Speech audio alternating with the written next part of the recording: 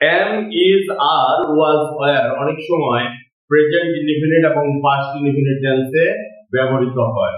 এই টেন্স গুলোকে আমরা যখন পাস্ট কন্টিনিউয়াস বা প্রেজেন্ট কন্টিনিউয়াস করি তখন মাঝে মাঝে আমাদের একটু জটিলতা চলে আসে।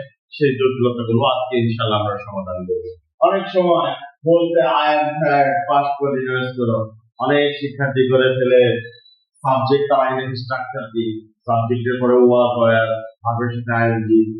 আই ওয়াজ টায়ার্ড, খুব খুশি হয়ে ফিরে আমি দিয়েছি, খুব সুন্দর হয়েছে, কি দিছি? I was tired. টায়ার্ড কি ভার্ব না অ্যাডজেক্টিভ? ভার্ব না, টায়ার্ড হচ্ছে অ্যাডজেক্টিভ। তাহলে আমার করতে হবে এম এর সাথে ING. I was having that.